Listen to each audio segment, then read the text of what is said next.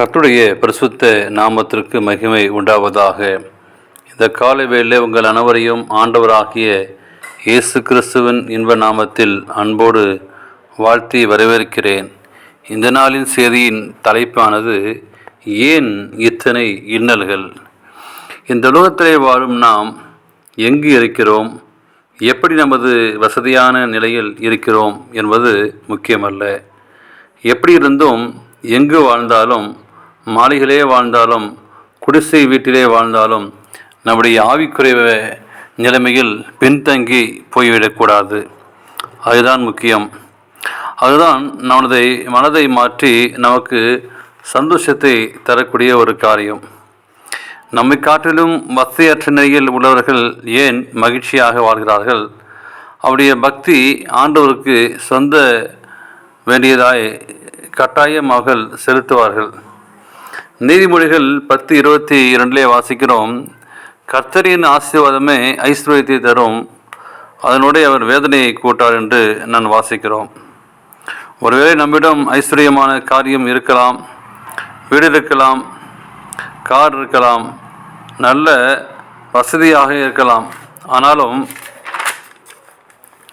ஏன் இவைகளில் இருந்தும் நமக்கு போராட்டம், நிம்மதியற்ற ஒரு வாழ்க்கை நாம் வாழ்ந்து கொண்டுள்ளோம் என்பதை எண்ணி பார்க்க வேண்டும். நமது போராட்டங்கள் நிம்மதியற்ற வாழ்க்கை, ஒருவேளை வேலையிலிருந்தும் சந்தோஷமாக வாழ முடியாத ஒரு சூழ்நிலை. அப்படிப்பட்ட அந்த வசனம் கூறியது வாசிக்கும்போது அதனோட வேதனையை கூட்டார். தேவனுடையோடு முக்கியத்துவம் கொடுக்கும்போது குடும்பம் ஐஸ்வர்யத்தினால் சந்தோஷமாக வாழும். தேவனை மறந்த குடும்பம் ஐஸ்வர்யத்தை அனுபவித்து தேவனை, அவரது கட்டளையும் ஓய்வு மறந்துவிடும் என்று சொல்லி நான் வாசிக்கிறோம்.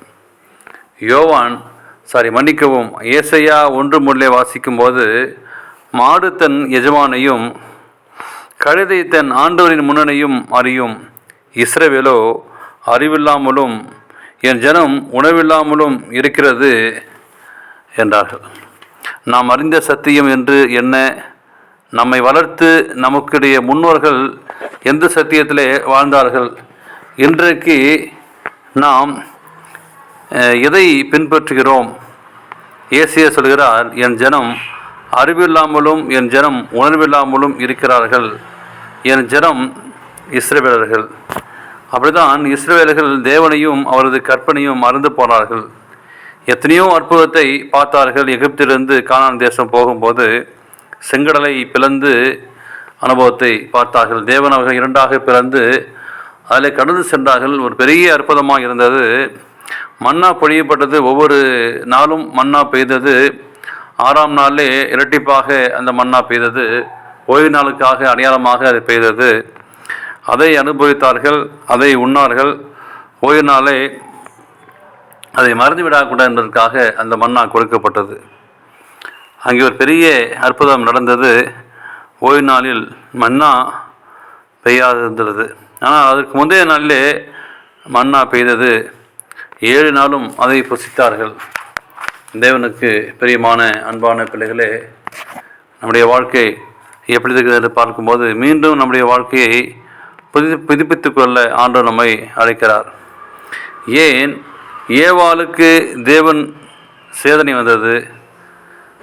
வேதனையை மறந்து அவர் சொன்ன கட்டளையை மறந்து போனார்கள் என்று சொல்லி நான் வாசிக்கிறோம். அந்த 3:16 அவர் சிறிய நோக்கி, நீ கற்பையாகும் போது உன் வேதனை மிகவும் பெருக பண்ணுவேன் என்று சொன்னார். ஏன் ஆண்டவர் அங்கே வேதனை அனுமதிக்கிறார் என்று பார்க்கும்போது கீழ்ப்படுதல் இல்லாமல் போகிறது. நம்முடைய வாழ்க்கையை புதுப்பித்துக் கொள்ள வேண்டும். நம்முடைய முன்னோர்கள் கீழ்ப்படியாமல் போனார்கள் என்று சொல்லி எண்ணி பார்க்க வேண்டும். சங்கீதம் 139:25 வாசிக்கும்போது, வேதனை உண்டாக்கும் வழி என்னிடத்தில் உண்டோ என்று என்னை பார்த்து நித்திய வழியிலே நடத்தும் என்று சொல்லி தாவீது சொல்கிறார். அநேகரை நான் வேதனைப்படுத்திருக்கேனா, துன்பப்படுத்திருக்கேனா, என்னுடைய வழி எப்படியப்பட்டது, நான் யாருக்காக வாழ்கிறேன், எதற்காக வாழ்கிறேன், சத்தியத்திலே வாழ்கிறேனா என்பதை எண்ணி பார்க்க வேண்டும். தேவனுக்கு பிரியமான பிள்ளைகளே,